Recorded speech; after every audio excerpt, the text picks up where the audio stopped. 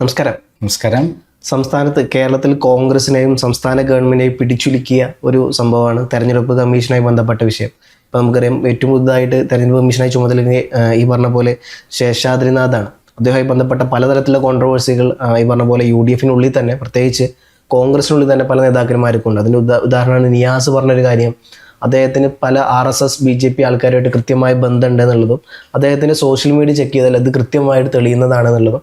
അതിൻ്റെ ഭാഗമായിട്ട് അദ്ദേഹം മല്ലികാർജ്ജുൻ ഖാർഗെക്കും അതുപോലെ തന്നെ രാഹുൽ ഗാന്ധിക്കും സോണിയാഗാന്ധിക്കും, ഇന്ത്യ മുന്നണിയുടെ നേതാവായിട്ടുള്ള രാഹുൽ ഗാന്ധിക്ക്, അതുപോലെ ലോക്സഭാ നേതാവായിട്ടുള്ള രാഹുൽ ഗാന്ധിക്ക് കൃത്യമായിട്ട് കാര്യങ്ങൾ എഴുതി വിശദീകരിച്ച് കത്തുകൾ എഴുതുന്നു. എന്നിട്ട് വീണ്ടും ഇവിടെ കേരളത്തിലോട്ട് വരുമ്പോൾ ഇത്തരത്തിൽ രാഹുൽ ഗാന്ധിയാണ് ഏറ്റവും കൂടുതൽ വോട്ട് ചോരിയുമായി ബന്ധപ്പെട്ടെങ്ങാണ്ട് BJPക്ക് ഇതിനും തെരഞ്ഞെടുപ്പ് കമ്മീഷനെതിരെ നിലനിന്നിട്ടുള്ളത്. അതേ തെരഞ്ഞെടുപ്പ് കമ്മീഷൻ്റെ ഒരാളാണ് ശേഷാദ്രിനാഥ്. അദ്ദേഹം BJPയോടും അതേപോലെ സംഘപരിവാറിനോടും കൂറ് പുലർത്തുന്ന നേതാവാണെന്നുള്ളതും, അത്തരത്തിലുള്ള നേതാക്കന്മാരെയാണ് VD സതീശൻ ഈ പറഞ്ഞ പോലെ സംസ്ഥാന തെരഞ്ഞെടുപ്പ് കമ്മീഷന്റെ ഉന്നത പദവിയിലേക്ക് എത്തിക്കുന്നത് എന്നുള്ളതും മാത്രമല്ല, ഇനിയിപ്പോൾ കുറച്ച് കഴിഞ്ഞാൽ ഇവിടെ ഡീലിമിറ്റേഷൻ വരാൻ പോകുന്നു. അപ്പം നിലവിലുള്ള 20 ലോക്സഭാ മണ്ഡലങ്ങളുള്ളത് വീണ്ടും അത് കൂടാൻ പോകുന്നു. അപ്പോൾ ഇത്തരത്തിൽ വരുമ്പോൾ ആ ഒരു പൊസിഷൻ്റെ ചെയർമാൻ എന്നുള്ള സ്ഥാനത്തോട്ട് ഇരിക്കേണ്ടത് ഈ ശേഷാദ്രിനാഥാണ്. അപ്പോൾ അദ്ദേഹം ഇത് വിഭജിക്കുമ്പോൾ പലതരത്തിലുള്ള സംഘപരിവാറിന് വേണ്ടിയിട്ടുള്ള പല കാര്യങ്ങളും അതിൽ ചെയ്തു കൂട്ടുന്നുള്ളതും മാത്രമല്ല, SIR സ്പെഷ്യൽ ഈ കാര്യങ്ങൾ വരുമ്പോൾ അതിലും തിരിമറി നടത്തും എന്നുള്ള കാര്യങ്ങളൊക്കെ പുറത്തോട്ട് വരുന്നുണ്ട്. പക്ഷേ ഇതൊന്നും ചെവി കൊള്ളാണ്ട് UDF ഈസാനായിട്ട് മുമ്പോട്ട് പോകുന്നു. എന്താണ് ശരിക്കും ഇതിൽ നടക്കുന്നത്? ഓരോ വ്യക്തിക്കും ഓരോ രാഷ്ട്രീയം ഉണ്ടായിരിക്കാം, അതില്ല എന്ന് നമുക്ക് പറയാൻ പറ്റില്ല. പക്ഷെ വ്യക്തിത്വം എന്താണ് എന്ന് നമ്മൾ പഠിക്കേണ്ടതുണ്ട്. പ്രത്യേകിച്ചും ഒരു സുപ്രധാനമായ പോസ്റ്റിലിരിക്കുന്ന ആൾ വളരെ കൃത്യമായിട്ട് നിഷ്പക്ഷമായിട്ട് പ്രവർത്തിക്കേണ്ടതുണ്ട്. അതിന് കാര്യപ്രാപ്തിയുള്ള ആളാണോ ശേഷാദ്രിനാഥൻ എന്നുള്ളതാണ് നമ്മൾ അറിയേണ്ടത്. ആരാണ് ശേഷാദ്രിനാഥൻ? അദ്ദേഹം ജുഡീഷ്യറിയിൽ കഴിഞ്ഞ കുറേ കാലമായി പ്രവർത്തിച്ച് എല്ലാവരുടെയും അംഗീകാരം നേടിയിട്ടുള്ള ഒരു ജഡ്ജായിരുന്നു. എൻ്റെ ഒരു കേസിൽ, ഞാൻ നേരിട്ട് വാദിച്ചൊരു കേസിൽ, എറണാകുളം CJM കോടതിയിൽ അദ്ദേഹമായിരുന്നു CJM. ആ CJM ആയിരിക്കുന്ന സന്ദർഭത്തിൽ അദ്ദേഹത്തിന് മുമ്പത്തെ CJM ആണ് വാദങ്ങളെല്ലാം അവിടെ വിസ്താരമെല്ലാം കഴിഞ്ഞ് അതിൽ ഒരു ലേഡി തങ്കം എന്ന് പറയുന്ന പെരുമ്പളത്തുള്ള നമ്മുടെ ഓഫീസിൽ വർക്ക് ചെയ്യുന്ന ഐശ്വര്യയുടെ നാട്ടിലുള്ള ഒരു ലേഡിയാണ് എതിർകക്ഷി. അവർ ഗവൺമെൻറ് ഹോസ്പിറ്റലിൽ വർക്ക് ചെയ്യുമ്പോൾ, എറണാകുളം ജനറൽ ഹോസ്പിറ്റലിൽ വർക്ക് ചെയ്യുമ്പോൾ നേഴ്സിംഗ് അസിസ്റ്റൻ്റായ അവർ പ്രസവിക്കുന്ന കുട്ടികളെ എടുത്തു മാറ്റി കച്ചവടം ചെയ്യുന്നു എന്നുള്ള വാർത്തയാണ് അന്ന് പത്രത്തിൽ പുറത്തു വന്നത്. അത് വലിയ ഒച്ചപ്പാടുണ്ടായി. അവർക്കെതിരെ അന്വേഷണം വന്നു. ആ അന്വേഷണത്തിൽ കൃത്യമായി കണ്ടെത്തി ഇവർ കുറ്റക്കാരിയാണെന്ന് പറഞ്ഞിട്ട് അവരെ സസ്പെൻഡ് ചെയ്തു. അങ്ങനെയുള്ള സന്ദർഭത്തിൽ അവർ എനിക്കെതിരെ ഡിഫമേഷൻ കേസ് ഫയൽ ചെയ്തു. അവർ കോടതി അന്വേഷണ റിപ്പോർട്ടടക്കം ഞാൻ കോടതിയിൽ ഹാജരാക്കി. അവർ വിസ്തരിച്ച് അവസാനം അതിനിടയിൽ CJM മാറി. അങ്ങനെയാണ് പുതിയ CJM വന്ന അദ്ദേഹമായിരുന്നു ശ്രീ ശേഷാദ്രിനാഥ്. എൻ്റെ വാദം പൂർണ്ണമായി കേട്ട്, അതേപോലെ എതിർപക്ഷത്തുള്ള സീനിയർ അഡ്വക്കേറ്റായ നിർമ്മൽ കുമാർ എൻ്റെയും കൂടെ അഡ്വക്കേറ്റ് ആയിരുന്നു. അദ്ദേഹം മുമ്പ് എനിക്ക് വേണ്ടി വാദിച്ച് എനിക്ക് അനുകൂലമായ വിധി വാങ്ങിയിട്ടുള്ള ഒരാളാണ്. എറണാകുളം നോർത്ത് പോലീസ് സ്റ്റേഷനിൽ എനിക്കെതിരെ ഒരു കള്ളക്കേസ് എടുത്തിരുന്നു പബ്ലിക്കേഷൻ്റെ പേരിൽ. ആ സമയത്ത് അദ്ദേഹം വാദിച്ച് അനുകൂലമായ വളരെ ജെന്യുയിനായിട്ടുള്ളൊരു ജഡ്ജ്മെൻറ്റും എനിക്ക് കിട്ടി തന്ന അദ്ദേഹമാണ് എൻ്റെ എതിരാളി. കാരണം ഇവിടുത്തെ സീനിയർ ലോയറാണ്. എന്നിട്ട് പോലും ഞാൻ കൃത്യമായി കാര്യങ്ങൾ പറഞ്ഞു, ഇതിൽ കൃത്യമായ അന്വേഷണ റിപ്പോർട്ടുണ്ട് എന്ന് കൃത്യമായി വാദിച്ച് അതിൽ എല്ലാം വിധി വന്നു. എനിക്ക് അനുകൂലമായിട്ടായിരുന്നു വിധി ഉണ്ടായിരുന്നത്. ആ വാദത്തിനിടയിൽ ഓരോ കാര്യങ്ങളും ചോദിക്കുമ്പോൾ, ഞാൻ പറയുമ്പോൾ അതിനെക്കുറിച്ച് കൃത്യമായി ചോദിച്ച് അറിഞ്ഞ് കൂടുതൽ ഡീറ്റെയിൽ എടുക്കാൻ ബഹുമാനപ്പെട്ട അന്നത്തെ CJM വളരെ ശുഷ്കാന്തി കാണിച്ചിരുന്നു. കാരണം ഞാൻ പറയുന്ന കാര്യം വളരെ സോഷ്യൽ ഇമ്പാക്റ്റ് ഉണ്ടാക്കുന്ന വലിയ ഒരു ഇഷ്യൂ ആണ്. അതായത് ഗവൺമെൻറ് ഹോസ്പിറ്റലുകളിൽ പ്രസവിക്കുന്ന കുട്ടികളെ കൈമാറ്റം ചെയ്യുന്നു, തട്ടിയെടുക്കുന്നു എന്ന് പറയുന്ന വളരെ ഗുരുതരമായ കാര്യമാണ്. കുട്ടികളില്ലാത്തവർക്ക് മറച്ചു വെക്കുന്നു എന്നുള്ളതാണ് ക്രൈമിൽ വന്ന ആരോപണം എന്നുള്ള അതിൻ്റെ എവിഡൻസ് അടക്കമാണ് ഇത് പബ്ലിഷ് ചെയ്തത്.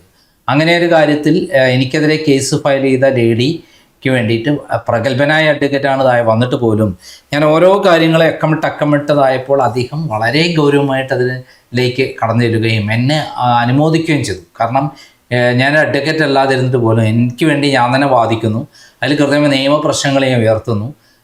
അങ്ങനെ ആ അതിൽ എനിക്ക് അനുകൂലമായി വിധി വന്നത് കൃത്യമായി ഞാൻ ഉയർത്തിയ സുപ്രീം കോടതി വിധികളുടെയും ഹൈക്കോടതി വിധികളുടെയൊക്കെ എന്തൊക്കെയാണോ പറഞ്ഞത് അതിൻ്റെ പ്രധാനപ്പെട്ട ഭാഗങ്ങൾ ഉദ്ധരിച്ചുകൊണ്ടാണ് ഞാൻ വാദം ഉയർത്തിയിരുന്നത്.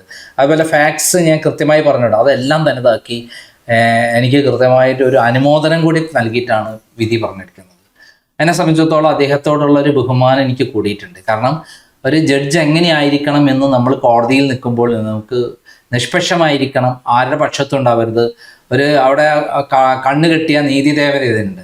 ആ നീതി ദേവതയെ പോലെ കണ്ണ് കെട്ടിക്കഴിഞ്ഞാൽ സത്യം മാത്രമാണ് അവിടെ ഉള്ളത്. സത്യത്തിന് വേണ്ടിയിട്ടാണ് അവർ നിലനിൽക്കേണ്ടത്. എന്നാൽ പല ജഡ്ജിമാരും അങ്ങനെയല്ല. എൻ്റെ നേരിട്ടുള്ള അനുഭവത്തിലാണ് നമ്മുടെ എറണാകുളം ജില്ലാ ജഡ്ജിയായിരുന്നു ഹണിയം വർഗീസ്. എനിക്ക് അവരോട് എൻ്റെ കേസിൻ്റെ കാര്യത്തിൽ അവർ കൃത്യമായിട്ട് എന്നെ കള്ളക്കേസിൽ കുടിക്ക് അറസ്റ്റ് ചെയ്ത കാര്യത്തിൽ എൻ്റെ ഭാഗത്ത് ശക്തമായ തെളിവുകളുണ്ട്. അതായത് ഈ പറയുന്ന പെൺകുട്ടി എനിക്കെതിരെ കൊടുത്ത പരാതി കള്ളമാണ് തെളിയിക്കുന്ന അവരുടെ സംഭാഷണം തന്നെ നമ്മുടെ ഓഫീസിലുള്ള സ്റ്റാഫുമായി സംസാരിക്കുന്ന റെക്കോർഡ് തന്നെ ഞാൻ കോടതി ഹാജരാക്കിയിരുന്നു. എന്നിട്ട് പോലും അത് സത്യമാണ്. അത് പ്രകാരം എനിക്കെതിരെ ഒരു പരാമർശവും ഞാൻ പ്രതി ഒരിക്കലും ഒരു പരാമർശവും അവരെക്കുറിച്ച് പറഞ്ഞിട്ടില്ല. എന്നിട്ട് പോലും എനിക്ക് ജാമ്യം നിഷേധിച്ചു. ഇത് വളരെ വികൃതമായ ഒരു ഇതാണ് സമീപനം. അതേപോലെ അവർ പലപ്പോഴും എന്നെ പരിഹസിച്ചുകൊണ്ട് ഈ കേസിൻ്റെ അല്ലാത്ത വേറെ കാര്യത്തിൽ ഞാൻ ആ കോടതിയിൽ ചെന്നപ്പോൾ എന്നെ നന്ദകുമാർ വേണം മുന്നോട്ട് കയറിയെന്നോ എന്നൊക്കെ പറഞ്ഞിട്ട് ആക്ഷേപം പറയുന്നത് അവർക്ക് ഒരിക്കലും പറയാൻ പാടില്ലാത്ത ഒരു കാര്യമായിരുന്നു. അവർ ആരാണെന്ന് ചോദിച്ചാൽ തൃശ്ശൂരിലെ CPM നേതാവ് MM വർഗീസിൻ്റെ മകളാണ്. MM വർഗീസ് എന്ന് പറയുന്ന ആരാ? കരുവന്നൂർ ബാങ്കിലെ കേസിലെ പ്രതിയാണ്. CPMൻ്റെ ജില്ലാ സെക്രട്ടറിയാണ്. അപ്പം വീണ ജോർജുമായി അവർ നേരത്തെ കണ്ടിരുന്നു എന്നുള്ളൊരു ആരോപണം എൻ്റെ അടുത്ത് വന്നിരുന്നു. കാരണം വീണ ജോർജാണ് എന്നെ കള്ളക്കേസിൽ കൊടുക്കാൻ വേണ്ടി ശ്രമിച്ചതെന്നും അങ്ങനെ വീണ ജോർജ് എറണാകുളത്ത് ജില്ലാ കോടതിയുമായി ബന്ധപ്പെട്ട ഒരു ഫംഗ്ഷന് വന്നു. ഇവർ രണ്ടുപേരും കൂടെ ഫോട്ടോയും എൻ്റെ അടുത്ത് ആ സമയത്ത് വന്നു. വീണ ജോർജിൻ്റെ കൊട്ടേഷൻ പ്രകാരമാണ് എനിക്കെതിരെ കള്ളക്കേസൊക്കെ എടുത്തിരുന്നത്. അങ്ങനെയുള്ള സന്ദർഭത്ത് എനിക്ക് അവരോട് പരിപൂർണമായ ഒരു വിശ്വാസം ഉണ്ടായിരുന്നു. പക്ഷെ അവർ നിഷ്പക്ഷമല്ലാത്ത രൂപത്തിൽ പ്രവർത്തിച്ചപ്പോൾ എനിക്ക് ആ ബഹുമാനമൊന്നും ഉണ്ടായിരുന്നില്ല. അത് അവരുടെ നടപടികളിൽ നിന്നാണ്. അപ്പോൾ അങ്ങനെയുള്ള അതേപോലെ തന്നെ ശേഷാദ്രിനാഥിനെ നാം വിലയിരുത്തുന്നത്. ശേഷാദ്രിനാഥ് വളരെ പക്വതയോടുകൂടി ഒരു ജഡ്ജ് എങ്ങനെയായിരിക്കണം നമ്മൾ ബഹുമാനത്തോടു കൂടി നോക്കിക്കാണുന്ന രൂപത്തിലാണ് അദ്ദേഹം വിധി പറഞ്ഞിട്ടുള്ളത്. ഇത് എൻ്റെ അനുഭവമല്ല. പല അഭിഭാഷകരും എൻ്റെ ഇപ്പോഴത്തെ കേസുകളൊക്കെ നോക്കുന്ന മുജീബ് എന്ന് പറയുന്ന അഡ്വക്കേറ്റ്, അദ്ദേഹം പറഞ്ഞത് ഞാൻ മുസ്ലിമാണ്. പക്ഷെ അദ്ദേഹത്തിൻ്റെ കോടതിയിൽ പോയി കഴിഞ്ഞാൽ നമുക്ക് ആ കോടതിയിൽ കൃത്യമായി വാദിക്കാനുള്ള ഒരു പ്രേരണ നൽകും. അത്രയും ഹൃദ്യമാണ് അദ്ദേഹം എല്ലാ കാര്യങ്ങളും ഇടപെടുന്നത്. ഒരു ജഡ്ജ് എന്നുള്ള രൂപത്തിൽ നിഷ്പക്ഷമായി രണ്ട് പക്ഷത്തെയും ഒരേപോലെ കണ്ടിട്ടാണ് അദ്ദേഹം പ്രവർത്തിക്കുന്നത്. ഇതേപോലെ അഡ്വക്കേറ്റ് ജയശങ്കർ തന്നെ അടുത്ത കാലത്ത് കൃത്യമായി ഈ കാര്യത്തെക്കുറിച്ച് പറഞ്ഞിട്ടുള്ളത്.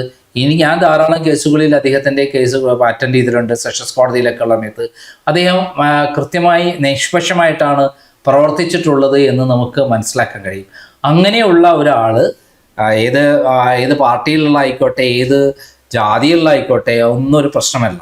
അദ്ദേഹം നിഷ്പക്ഷനായിരുന്നു. കൃത്യതയോടുകൂടി നീതിദേവത പറയുകയുടെ പോലെ സത്യത്തിൻ്റെ കൂടെ നിന്നിട്ടുണ്ടോ എന്ന് മാത്രമാണ് നോക്കാനുള്ളത്. മുമ്പ് LK ശേഷൻ എന്ന് പറയുന്ന ഒരു ഇലക്ഷൻ കമ്മീഷൻ ഉണ്ടായിരുന്നു. അദ്ദേഹമുള്ള സമയത്താണ് നമ്മൾ മനസ്സിലാക്കിയത് എന്താണ് ഇലക്ഷൻ കമ്മീഷൻ എന്ന് പറയുന്ന സംഭവത്തെക്കുറിച്ച്. അത് അന്ന് ഭരണപക്ഷത്തിനെതിരെ അദ്ദേഹം ശക്തമായ രൂപത്തിൽ ആഞ്ഞടിച്ചിരുന്നു. അദ്ദേഹത്തിൻ്റെ ആ ഇലക്ഷൻ കമ്മീഷൻ എന്ന് പറഞ്ഞാൽ ജുഡീഷ്യറിയുടെ ചീഫ് ജസ്റ്റിസിൻ്റെ അതേപോലെ അധികാരമുള്ള ഒരാളാണെന്ന് നമുക്കിവിടെ തെളിയിച്ചുള്ള ശേഷം അങ്ങനെയുള്ള ആളുകളൊന്നും വന്നിട്ടില്ല. ഇപ്പോഴത്തെ ഇലക്ഷൻ കമ്മീഷൻ എന്ന് പറയുന്നത് കേന്ദ്ര ഗവൺമെൻറ്റിന് ചൂട്ട് അവിടെ എന്താണോ പറയുന്നത് അതിന് വടിയിലൊന്ന് ഒപ്പിടുന്ന ഒരാൾ മാത്രമായിട്ടുള്ള ഒരാളാണ് ഇപ്പോൾ ഉള്ളത് നമുക്കറിയാം.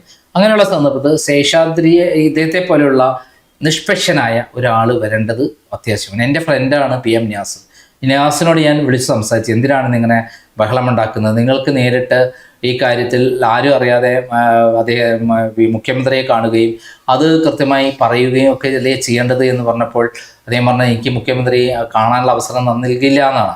പക്ഷെ ഞാൻ മനസ്സിലാക്കി അദ്ദേഹം പത്രസമ്മേളനം നടത്തിയതിനു ശേഷമാണ് മുഖ്യമന്ത്രിയെ കാണാൻ വേണ്ടി ആരോപണം ഉന്നയിച്ചതിന് ശേഷമാണ് കാണാൻ ശ്രമിച്ചത്. അതുകൊണ്ടാണ് അത് ഗവൺമെന്റിനെതിരെയുള്ള ഒരു സംഭവമാണ്, അത് ശരിയല്ല എന്ന് മനസ്സിലാക്കിയിട്ടായിരിക്കാം അദ്ദേഹം അനുമതി നിഷേധിച്ചത് എന്ന് ഞാൻ വിശ്വസിക്കുന്നു.